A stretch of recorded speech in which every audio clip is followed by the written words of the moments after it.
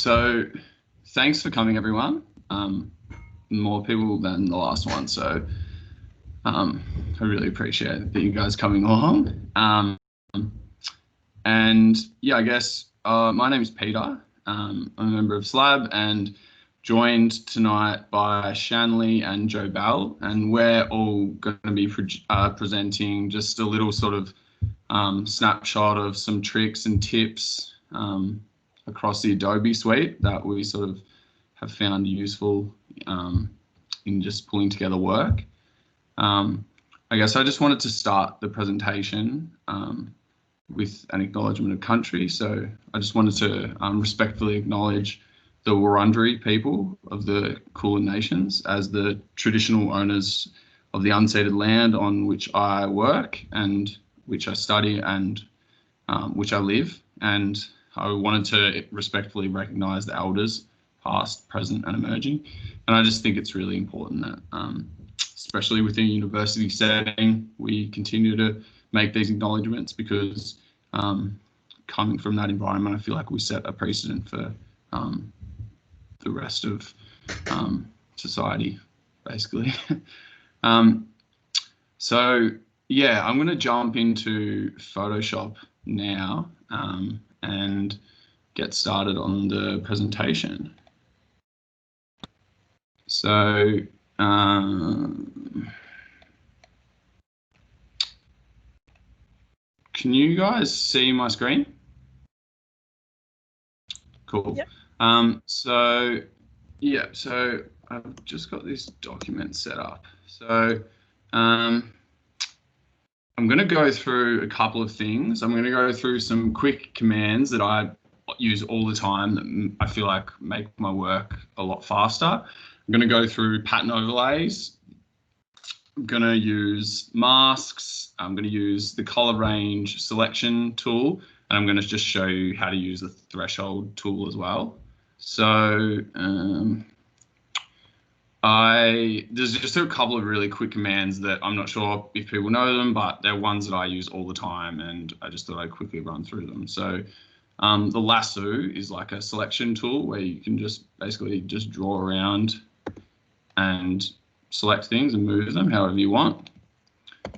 The wand tool is similarly a selection tool where you can just select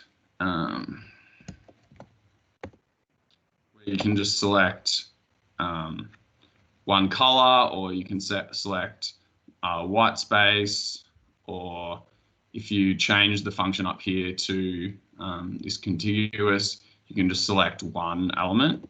So but if you have it without that box ticked, then you can select the whole thing.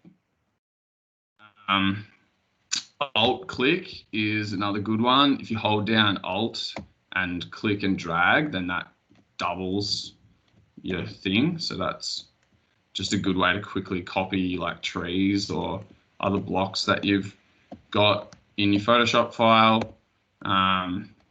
The invert tool is a really useful one that I, again, use all the time. So if you use the wand to select something, at the moment, if I just use the paint tool, that selects that. But if I go back,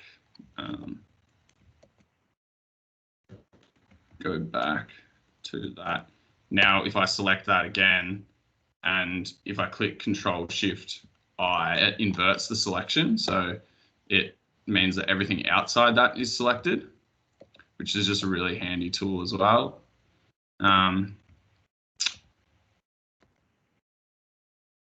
Control-T is transform. So that just allows you to get these tabs up on the side, so you can change the scale, you can rotate, you can do a whole lot of things. V is just basically the tool that I end up going back to after everything. So once I'm finished using the brush tool, I just click V and it just brings me back to the move tool.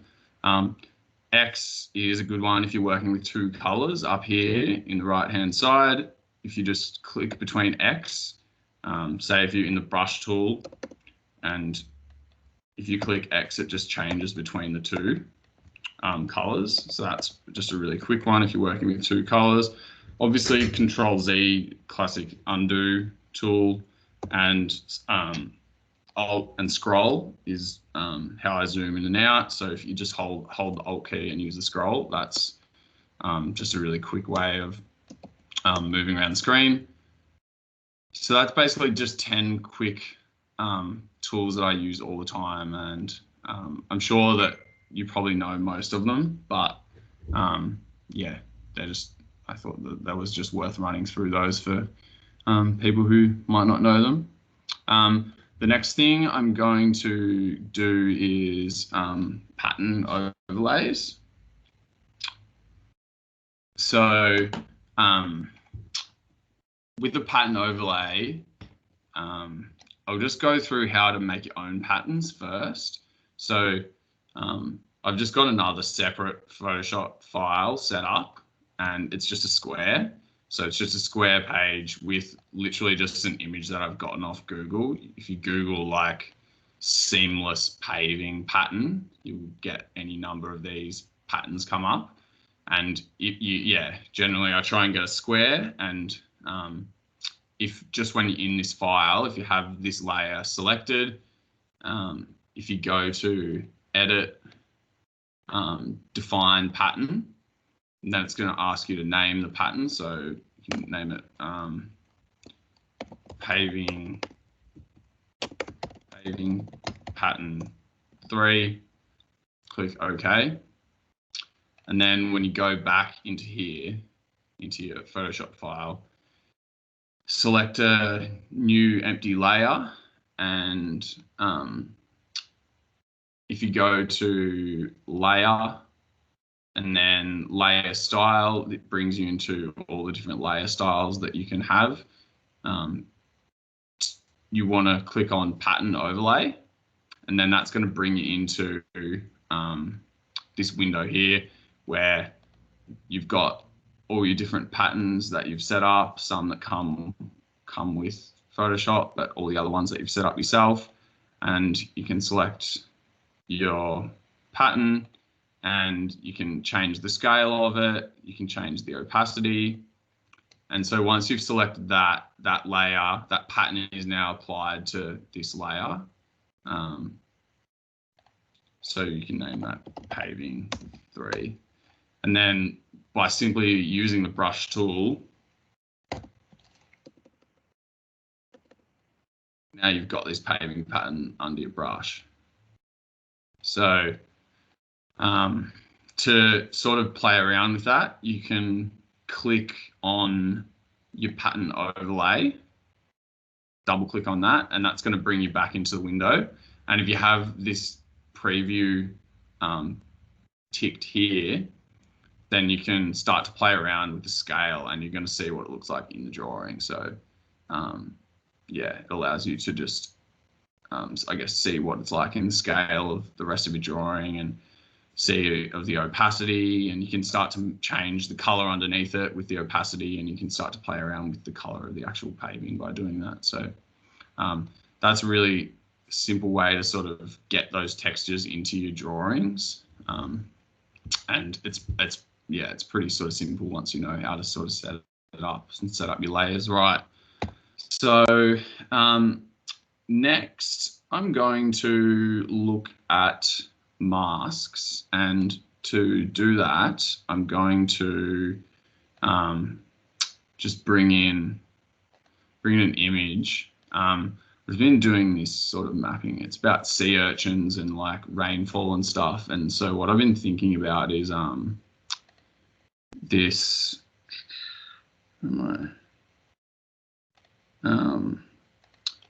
like trying to get some sort of interesting texture into the drawing, and I was thinking about like kelp, and how I could try and like get sort of something interesting like this in, or something interesting like this. And so this is just an image that I've dragged off Google that I thought sort of looked kind of cool with the textures and stuff. And so I've just got this image sitting in here, and there's a couple of ways that you can manipulate images in Photoshop. There's actually a lot of ways, but I'll just show you some of the ways that I often use.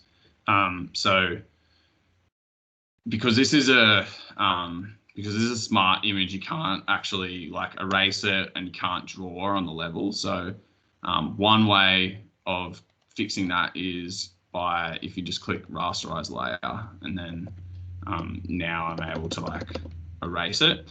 But the problem with that is that if I sort of get ahead of myself and erase something and then realize that I wanted to go back, and you're not able to sort of go back far enough, or you've saved your file and it's the next day, then you can't really like go back and change things within the image. So a way around that is to use a mask.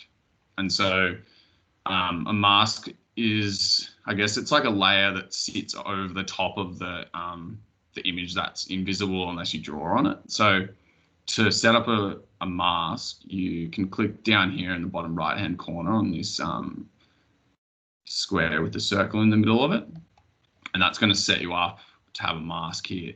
And so the thing with masks is you don't erase them, you only draw on them, and you only draw on them in black and white. And so if I use the brush tool, that erases that part of the drawing. But if I press X to switch to the white up here, with the brush still on, if I draw on it, then it comes back. And so this allows you to like erase things or do whatever you want, save your file, and then the next day if you come back, then you're able to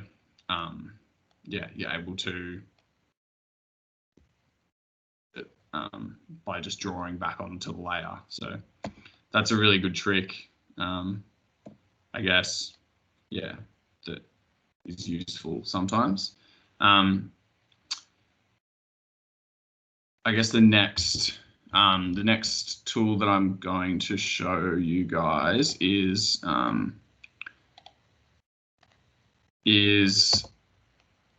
the color selection tool.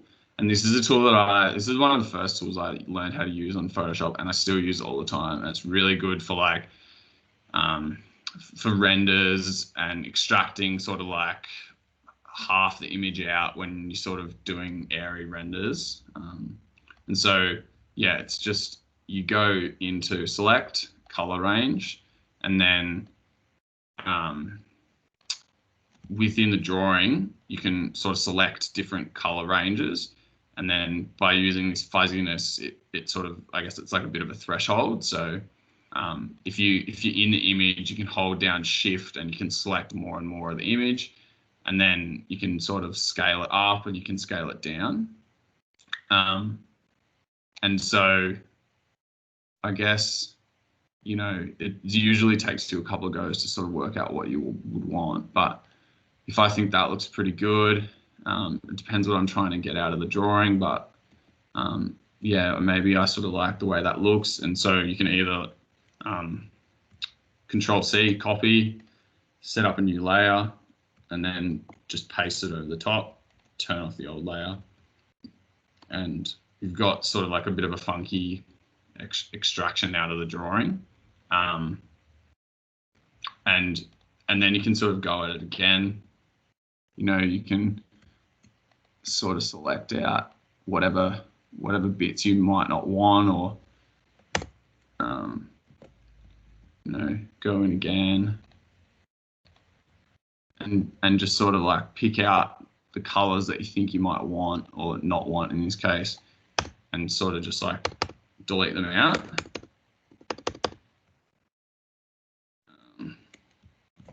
And I guess this is like a bit of a weird, trippy example, but you can do it again in an image like this. If you want to select color range in an image like this, you might like these ferns down the bottom, and you might want a bit more green throughout the drawing. So you bring the fuzziness up, select, I selected on the threshold, sorry about that. We'll do it again. Select that color range it's already selected. So press OK. And then if you rasterize that layer, you can copy it out, start the new layer, and you sort of get, you get that sort of airy looking. But back to this image, where I've sort of got this funky pattern now, which I kind of like. But then another way of sort of editing this image is the fifth tool that I was going to show you is the threshold tool. So the threshold tool basically, what it does is it just turns your image black and white, everything black and everything white. And so again, you can sort of see like how you can play around with a photo or sort of like draw out the textures in a photo to really like make something that sort of looks interesting, I guess. And I don't know where I would use that, but I think it's pretty like interesting. Maybe I'll use it in my folio or something like that. But I think that's pretty much all I was going to show you guys. Not sure. I think maybe if anyone's got any questions about Photoshop, maybe I could go onto them now, and then we can move on to the next person into Illustrator or InDesign. So yeah, if anyone's got any questions, sing out, and I'm not a super like Photoshop whiz, but can try my best to help out.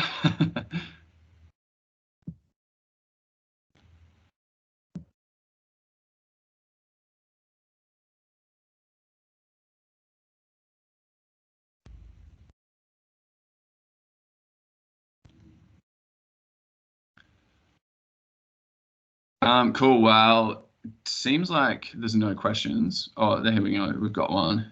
If you had to draw a sketch, yeah, that's definitely something that I have been using it for. The threshold tool is really good, especially if you're using photo or like a scanner on your phone to really like, crisp up those lines, and it makes it less blurry putting it into Photoshop. That's a really good call, Jared. Yeah, well, if that's it, I guess we can move on to, are you? Yeah, I'm good. Yeah, cool. Yeah. Cool. Well, I'll stop sharing my screen and then we can move on to you. We've got one more about downloading Adobe apps.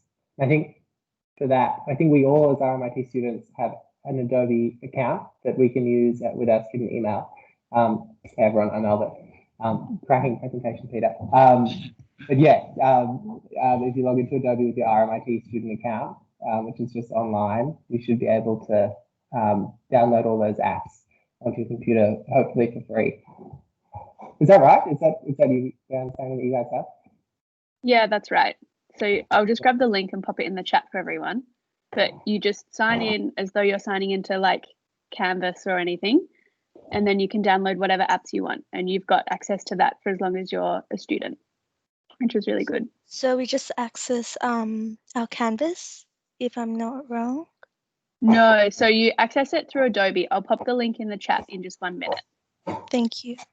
Right. Shanley, is there an option for Rhino to do that as well?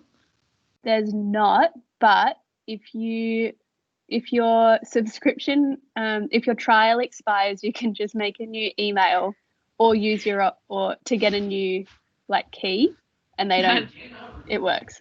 But that's not like a legit way to do it. It's cool. But that's effectively unlimited. I'm on my last housemate's email address, so I'll just have to start making them up after that. Yeah. Just make a new Gmail. It takes 2 seconds. Cool. Thanks.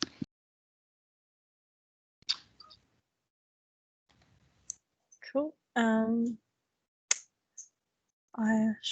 you want to answer that last question, Peter? Trace over a photo. Not sure Exactly what you mean by trace over a photo. If you want to put your mic on, I'm happy to talk about it. Martin?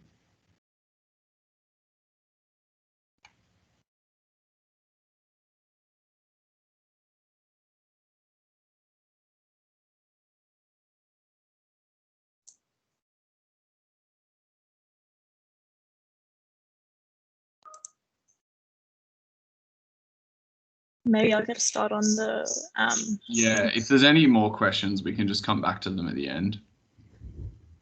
Peter, you might be able to show like how some of the filters work, like on an image, and how they can generate like a tracing, or something that looks like a trace. Yeah, I'm not. I can. If we just move on to Jobelle, I can have a think about that, and we can go onto it at the end, maybe. Yeah, good. Cool. I'll just stop sharing my screen. Cool. Can we all say that? Yep. Awesome. Okay, so today I'm going to be showing like 4 tricks that I've found really helpful with just like making things look nice on Illustrator. First off, I'll show the image trace tool. So this is really helpful when you want to make something look more personalized to your kind of style. So for example, with like finding images of like silhouettes of people that you want to add to your Illustrator images, that, for example, for this one, let's say I want to make this into like a line drawing, I can use image trace to just get a line outline of this image. And same with the tree, you can make like a PNG into like a vector file using using the image trace tool. So what I've got here are 3 different images. I've just got this from Pinterest, and so I'll just show you how I would use this. So so I've got an image, I've pasted it into the page, and when it's highlighted, you can see in this top panel here, it says image trace. If you click on the drop hand arrow, you can select what kind of option. If you just click image trace, it will get some sort of outline that you may or may not want. So I usually use like the 3 color tool.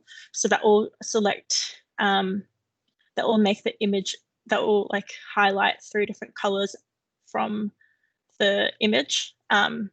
So let's, for this one, I'm going to do 6 colors. Is around, there's probably 3, but I'll do 6 to make sure. So it is, yeah, clustering pixels together to make a shape that you can then edit later on. So it's, I've clicked image trace, and then I'm going to go to expand, and then it's expanded this image into the 3 or 6 different colors. So now it is like this. From there, I'll click A, which is the direct selection tool, and I will remove the white background that this image has. So we'll go delete. And then now, let's say I want to make this blue shirt into a red shirt. You can change the cluster of that's all the blue to become red. Or another example is if you just want like a black and white outline, you can do the same sort of thing. And it just can make like your drawing look a bit more like your kind of style. So you don't have to have a man with the green top, or you can have the same man within the same drawing, but have a variation of men with 3 different like shirts. So there's like a whole range of people to like create like some sort of atmosphere for that drawing. So I'll just show that one again. So image trace, let's go 6 colors again. do its thing.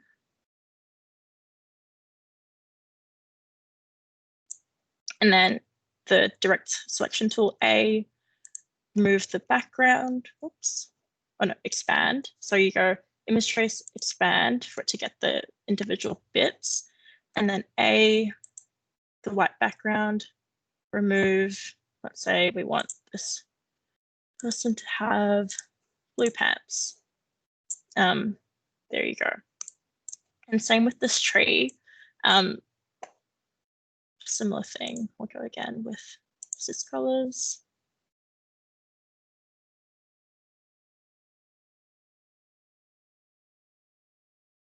It's a really helpful tool when you want to make you want to have a smaller file if you're like sharing with other people.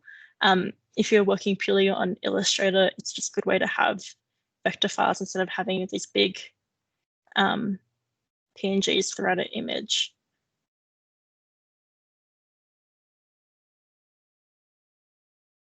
So this image is a bit more complex, so it's trying to find all the different clusters of colors. So go expand again. I'll remove the white background. And it's really nice because whilst this was like a real image of a tree, it's created this like animation kind of effect. I don't know. So it's really nice.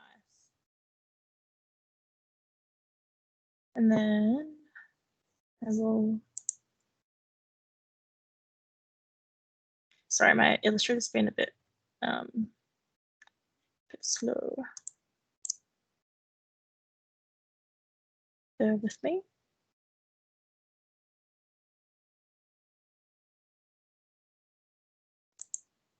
I might just delete these guys because they might be too big. Okay, and then my next tool is, if it moves.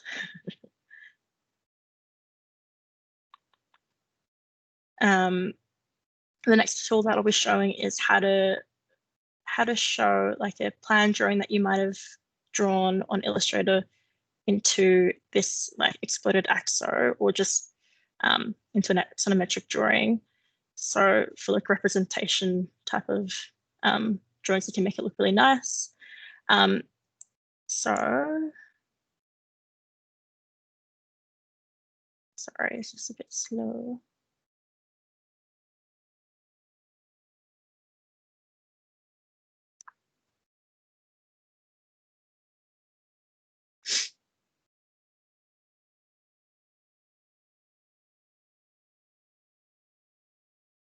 Don't we love the feeling of a pinwheel and not responding page?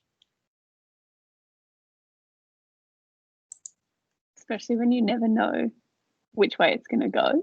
Yeah. Okay.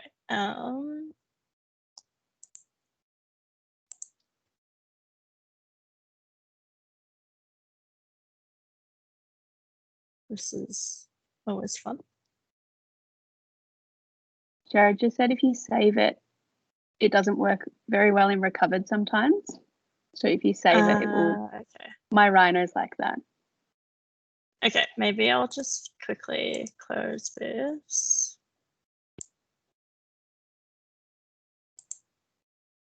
And then, sorry about this.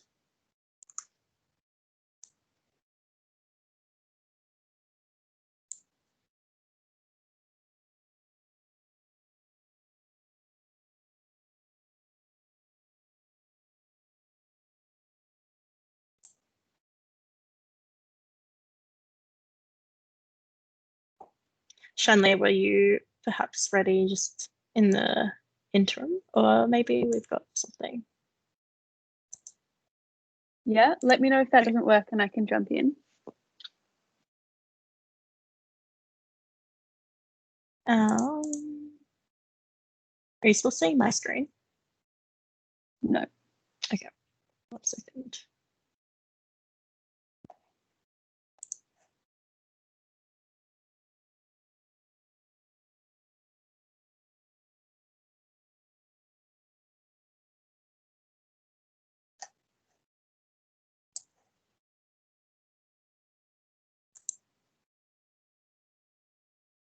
I'm happy to jump in if that's not going so well. Yeah. Do you want to jump in for now? Sure. So we'll skip over. Yeah. So we'll skip over to InDesign. I'm just going to show you a couple of really quick tips into how to set up particular parts of a document that will just make it heaps easier, particularly for things like folios, where you want your fonts to all be the same and you want to have like pretty similar formatting across your entire document. So just a few really quick tips on that. So we'll just set up a quick document.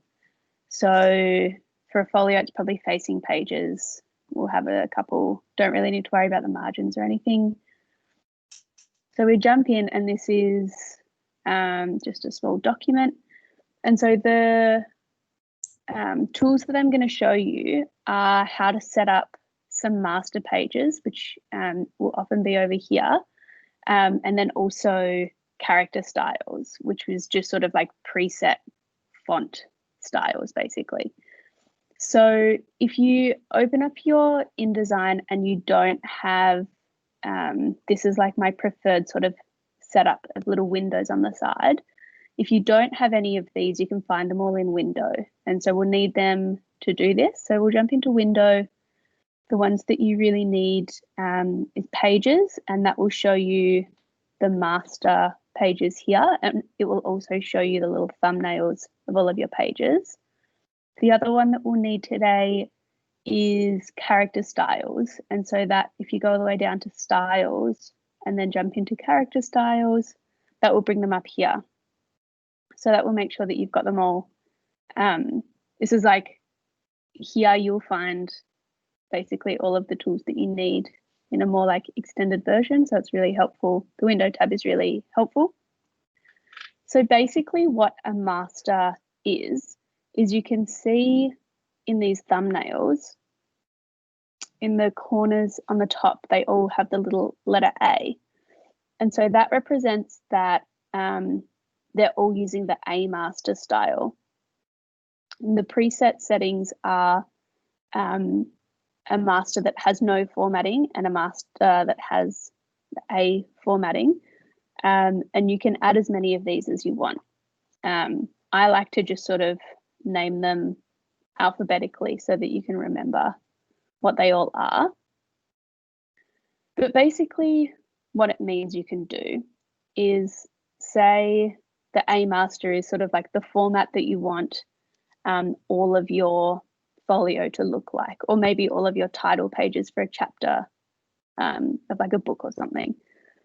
So the way that you edit it is that you just jump into, you can see A master here, and you just double click on it and you get into this little window where all you can see is this one page spread. And basically what it means is that everything you put into these 2 pages will appear on every single one of these pages that have the A master on it. So it can be really useful for doing things like setting up titles, for setting up like image placement if you want, you know, 3 spreads and you want all of the images to be in the same spots on the spreads. It's a really quick and efficient way of doing that. So we can do like a big title like that. You might want an image to be, I don't know, like along the bottom here. So you just hit the frame, which is just the F command, drag a little box there. Another, and like your text body. So kind of like the way that you use masks on Photoshop, you're setting up, not content, but you're setting up where the content will be. And so you've got, up the top, you've got a title block. In the middle, you've got a text block, and you might want that to have columns. So you just jump in the top right, pick 2 columns for your text, line it up. And then you might want a little image border here. And you might in fact want that image to be the same one on every A page. So we'll just go as though you're editing any normal page. You click on the frame, Command D to drop something in, and then bad practice, but there you go, as an example. So that's sort of like the broad idea of a master. And the one final tool that I find incredibly useful, that is like particularly good for a master page, is how to put in page numbers. So you might want, let's say you want a page number on every second page, and you just want it really small and like in the middle of the page here. So we'll just do a little tiny text box. And obviously you're not going to go through and manually page 2, page 4, page 6. That's a nightmare. So the best way to do that is you've got your little text box down here and you've got your cursor going. You jump up to type. You go down to insert special character, markers, and then you hit current page number.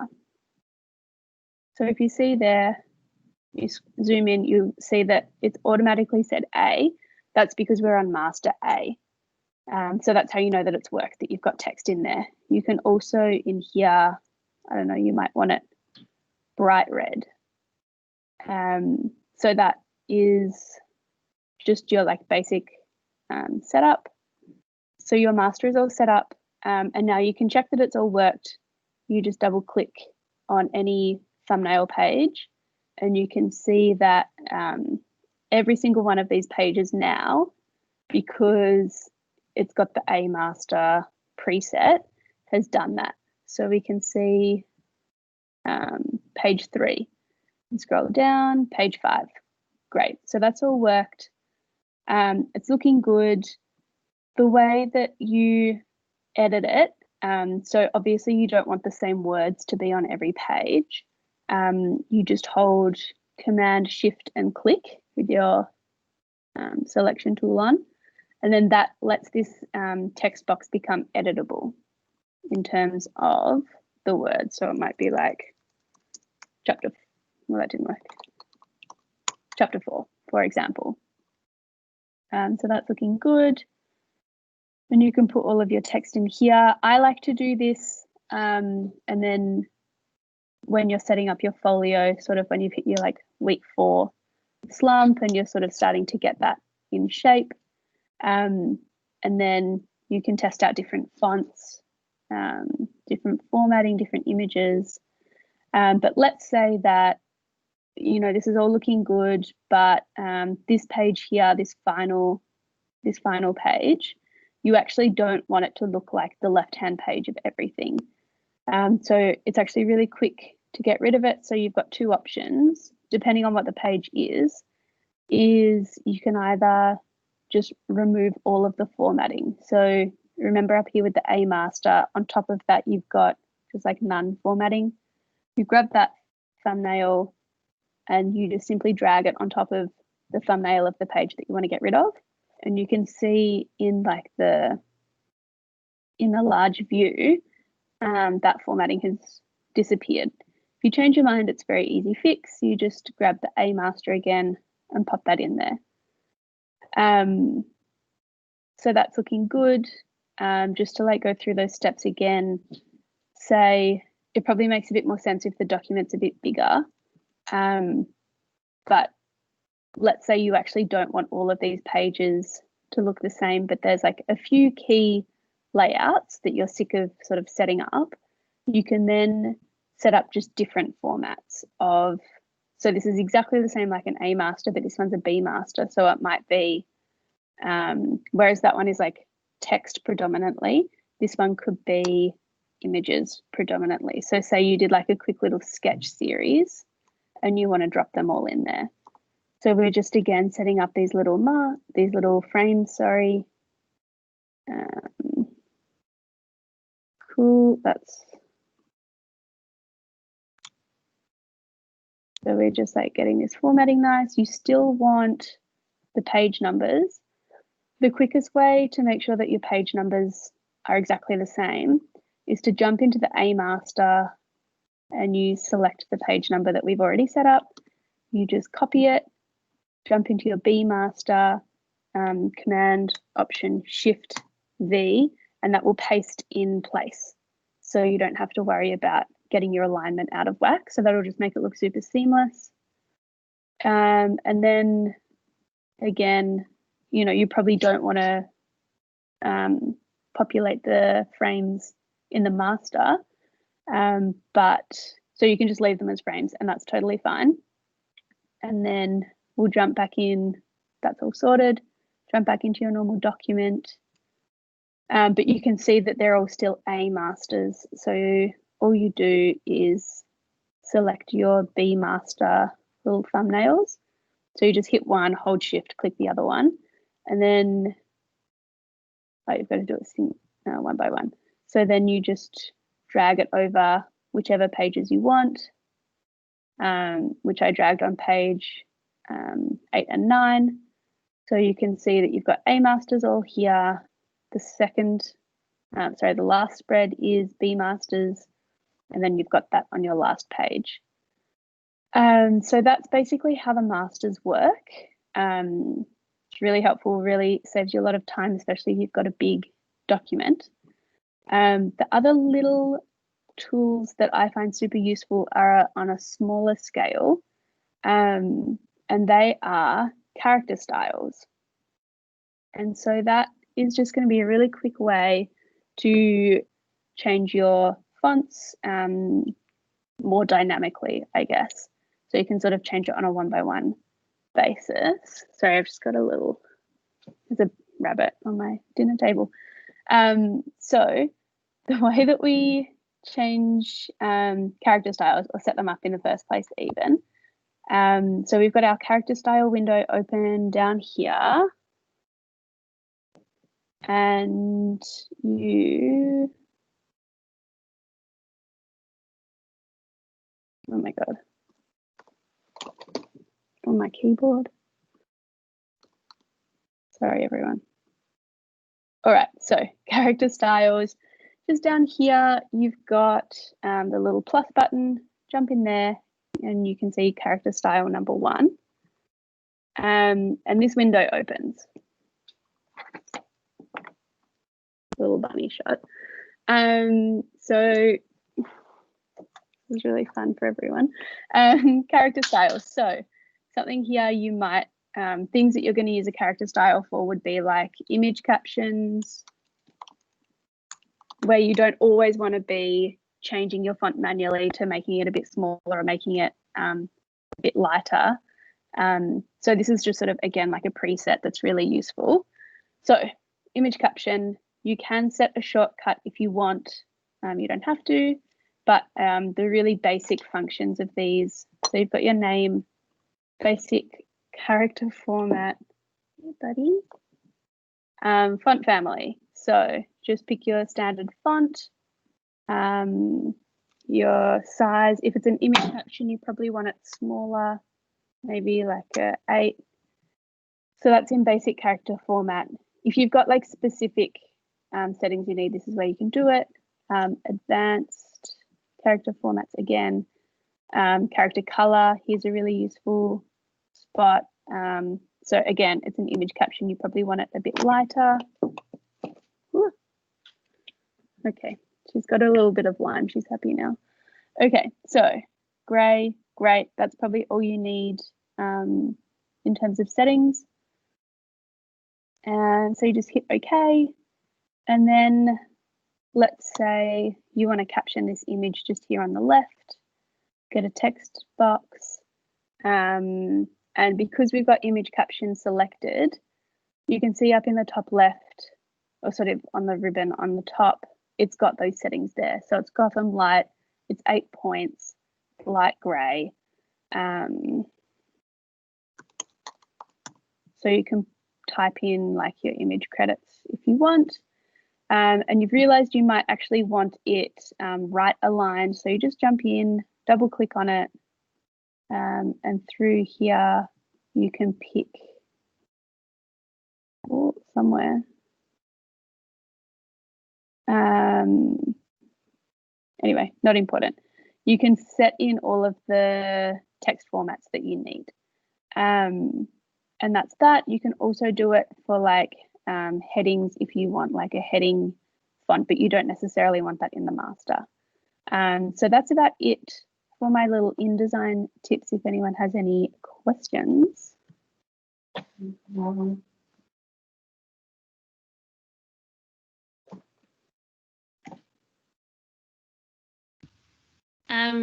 Yeah, I just wanted to ask something about reducing file quality size when exporting. So other than, reducing it to say like a draft quality or a final quality, did you have any other tips for reducing that overall final size of the file? Yeah, so a couple of things. The first one, it can be a bit fiddly, but before you're dropping in your images, I often find if I've got like a folio and I've got a lot of iPhone photos, those file sizes are gigantic. So if you open them in Photoshop and you save them as a TIFF file, they have lossless compression. So you can save it as a smaller file and it won't really reduce the quality so much, which I find is like a real killer for file size. The other thing that I do is just running it through Acrobat DC, and there's a little app in there, which is, you can access it as well through cloud. And so you just save your InDesign file as normal, you export it as standard, and then you open it as a PDF in Acrobat, and there's an app called Optimize, and you just optimize it and it will reduce the file without reducing the quality very much. So they're the two sort of things that I do. Awesome. Thanks so much for that, Shanley. That really helps. All right. Sorry about the rabbit intrusion. Rabbit intrusion is great. Most of us don't have pets at home at the moment. We bought them the day we went into stage 4 lockdown. I love that. It's so good. It's been good. The closest we've got is one of my housemates is trying to encourage birds into the backyard, but so far his bird feeders have encouraged just a plethora of pigeons. So it's been interesting.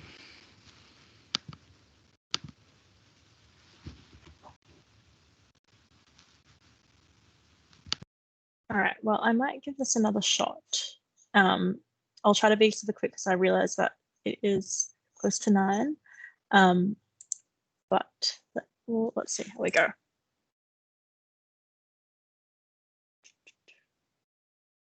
Can we see my screen? Yep. Yeah, okay, great, beautiful. Okay, so I'm going to quickly show you how to turn a plan drawing like this into an axonometric that you can then explode to just make your drawings look nice. So I'll just delete this.